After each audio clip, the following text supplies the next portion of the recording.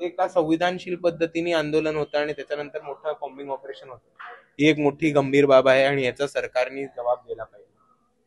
Combing operation खूप serious घटनांनंतर होतं, पण ते या घटने मी आता वर बोलताना तेच म्हणालेलो की हे जे कोम्बिंग ऑपरेशन होतं त्याची ह्या घटनेनंतर गरज नव्हती, पण ते केलं. हे का केलं हे सरकारने आम्हाला सांगितलं पाहिजे.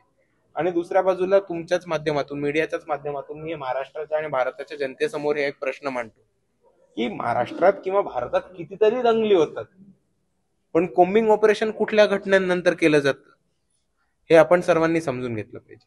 जिकडे कुठेही दलित अत्याचाराविरुद्ध आवाज उठवतात किंवा जिकडे जिकडे आंबेडकरवादी प्रतीकांवरती हल्ले होतात, त्याच्यानंतरच हे सरकार इकडचं कोम्बिंग ऑपरेशन करतं, हा एक मुद्दा आपल्या सर्वांना समजून घेतला पाहिजे. आणि ह्याच्याबद्दलच बोललो. दुसऱ्या बाजूला जे निर्दोष लोकांवरती गुन्हे लागलेत, कितीतरी महिलांना अटक झाल्यात, कितीतरी तरुणांना हे त्यांच्यावर आयुष्य उद्ध्वस्त होऊ शकतं कारण त्यांच्यावरती महत्वाचे खटले लागलेत, गंभीर खटले लागलेत. ते मागे घेऊन तमाम निर्दोषांना सोडणं आणि त्यांची सुटका करणं याच्यासाठी आमची भेट घेतली होती.